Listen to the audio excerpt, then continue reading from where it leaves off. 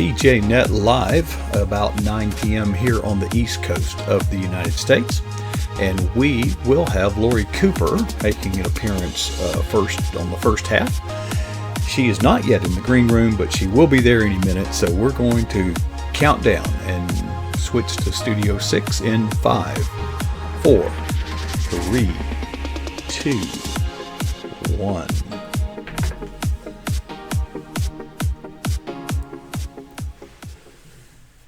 Well, welcome to PJNet Live, and I know that many of you are probably, not going to be here until 9:30 when Michelle Medlock Adams arrives, and we certainly do look forward to that. However, this afternoon, I was on the phone with and have been in contact with for actually some time, Lori Cooper, who has an amazing story to tell, and we're kind of waiting on her to brush her hair and get her coffee.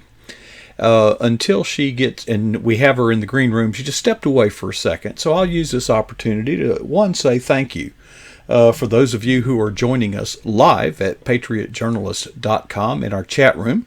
And I hope that if you're watching this and you've never had a chance to join us in our chat room, I hope you'll take the opportunity to join us when we're doing live broadcasts. We've got some excellent folks there.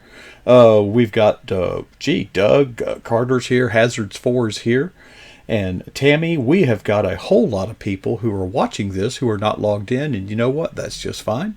If you want to do that, we are welcome. You are welcome to be here among us. What we do here at PJNet Live is we provide a place, hopefully a safe place, an inspiring and uplifting and encouraging environment where people can share their walk with Christ. That's all there is to it. Quite simple. And coming up at 9:30 at the bottom of the hour, while we're still waiting on Lori, Michelle Medlock Adams has something new that she'll be talking about. It's called the 12 Days of Mom. Now, quite frankly, I don't know what that is yet, but she will tell us. I can be pretty sure and confident that we're going to hear about that. And she wants to talk about the spirit of Christmas, the effect of consumerism and shopping and all that kind of stuff. And so we look forward to that at the bottom of the hour. Now, I see in the green room that we momentarily lost Lori Cooper. Okay, but she is trying to get back on, and it's not working. But here's what I'm going to do. I'm going to run the bumper just for a moment and try to get in contact with her, and we'll have Lori Cooper coming up live right here on PJNet Live in just a few moments. Stand by.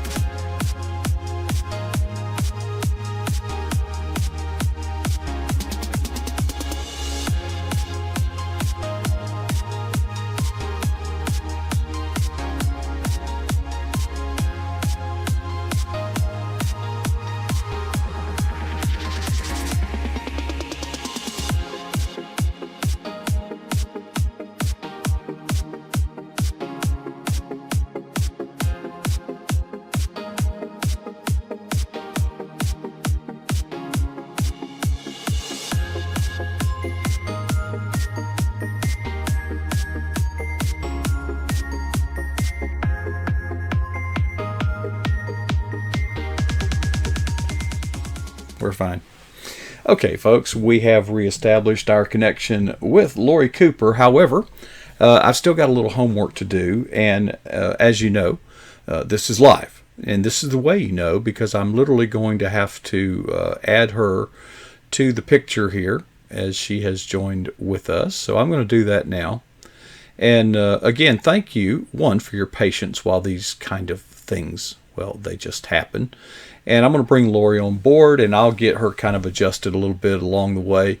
Lori, it's been a great afternoon just sharing with you, and I kind of knew some of the circumstances around your journey, but I certainly didn't know the extent of them. But you've come through a lot, and it's going through things, whether it's your circumstances or there are others. Absolutely. It can take a lot out of you. Absolutely. Can you hear me, Coach? I sure can. You sound great, Okay. Lori. Tell us, Good. when you were, what, 9 years old? I was 9 years old when my father, my late father, a Columbus police officer, was shot in the line of duty in the commission of helping 10 families in a lovely, relatively new middle-class neighborhood who had been victimized by three men who had committed residential burglaries, who had broken into their homes, and in some cases, when the homeowners were at home, they simply invaded the home and would force these folks at gunpoint to steer them to their most prized valuables, cash, heirloom jewelry, and the like. Okay, so now your father was not fatally wounded at the time, but it was obviously very serious, very traumatizing for a 9-year-old. But the real struggle spiritually, let me say, did that start then, or was it when you got to be an adult and you went on this journey of trying to, well, I'll let you say it. Okay, sure. My dad was not fatally wounded at the time, though he spent a significant time in the hospital, and the ensuing year endured a number of really severe surgeries. And so he was able to go back to work for a time until he retired. And then he subsequently passed away. And there, I mean, let's face it, Coach. Back in the '60s and even the early '70s, there were so many subjects that were just taboo. They just weren't spoken about among families. And so for so many years, I mean, nearly all my life, Coach, until the last 3.5 years, I really didn't know what happened. My father spoke of the incident, maybe 5 times throughout my entire life. And when he passed, I always had this strong desire to figure out exactly what happened that night. So I decided to just, kind of, go through the process of maybe acquiring some records and looking through them and basically figure out what happened. And along the way, I never thought in a million years, Coach, that I would ever run across the man who had shot him in terms of his being, here on Earth. And my father was 29 years old at the time. I was 9. And the perpetrator was about 8 or 9 years older than he was. So I just likely didn't ever really think that he would be of this earth. And so as I sought out to seek these records, I contacted the Columbus Police Department, which is the department for which my dad so honorably served. And I received 3 records, and they told me that's all that they had. But in the process of kind of looking into this, I found out that this man was indeed alive. And the 3 records that I received, one was the outstanding warrant for his arrest. And I thought, oh my gosh, what am I supposed to do with this? I mean, is this really a legitimate, valid arrest warrant? And so I knew that I had to do something. I had to contact somebody. So I went to our prosecutor's office and learned that back in 1972, when all of this happened, there were no statutes of limitations on any felony warrants. And because this was a 14 count indictment, all felonies against these three men, and one, of course, being the man who had shot my father. I couldn't just sit on this information. So I learned then that the warrant was indeed still active, and the prosecutor decided to go forward with attempting to adjudicate the case. So that occurred. I found this man in August of 2016, and by February of 2017, we were in court. In between, our community of Columbus, Ohio, which, by the way, is the 15th largest city in the country. Some folks in the press and so forth had caught wind of what was happening, and so then the story kind of went all out over the media here locally, and then the Associated Press picked up the story, and then of course it went nationally and internationally too. So let me ask you a question, Lori. Certainly. We haven't talked about this. Who was impacted more by that shooting, you or your father? That's a toughie. My father just remained extremely quiet about it. Like I said, it was a topic that seemed to be taboo, and I was always afraid as a child, to raise any questions, even through my adulthood. It just wasn't discussed. So I would say that, on different levels, my father was impacted, in the way in which it altered and affected his career as a police officer, because that's all, he ever really wanted to be after he decided to forego a career with the NFL.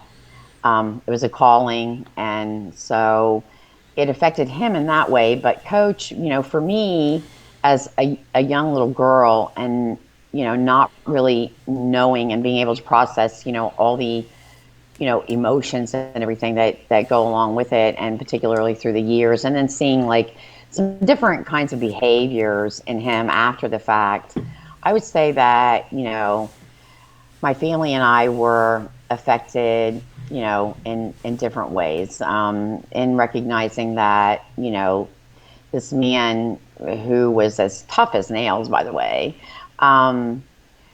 just became kind of quiet and just a different kind of person. So in that regard, Coach, I would say that, I was affected, very deeply, and not recognizing who my father was anymore after the age of 9. So that was probably the biggest impact on me.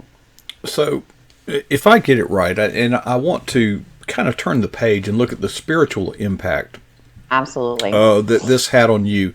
You were 9 at the time, and at what point 40 some odd years you were chasing this desire, this need, this bondage of revenge? How long was it? I would say that's a fair statement. Anytime I would see my father, ingrained in deep thought and, not really, present in mind or conversation or what have you, I recognize that, this was deep. As I mentioned to you, previously, even he sought out, help with our, then family minister, and even as I said, to you before we came on live, he even went to, a Catholic priest and a Jewish rabbi to try to, kind of sort things out and see if he could come to some kind of, closure and peace.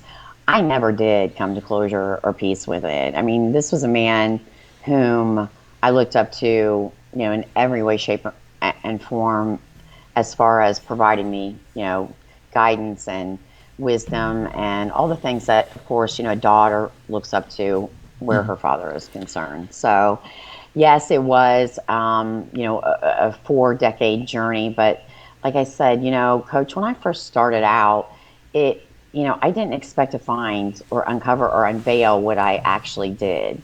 And so that was really alarming. And when I saw the arrest warrant, that was kind of what, at the time, and we're talking about a little over 3 years ago, made me think, well,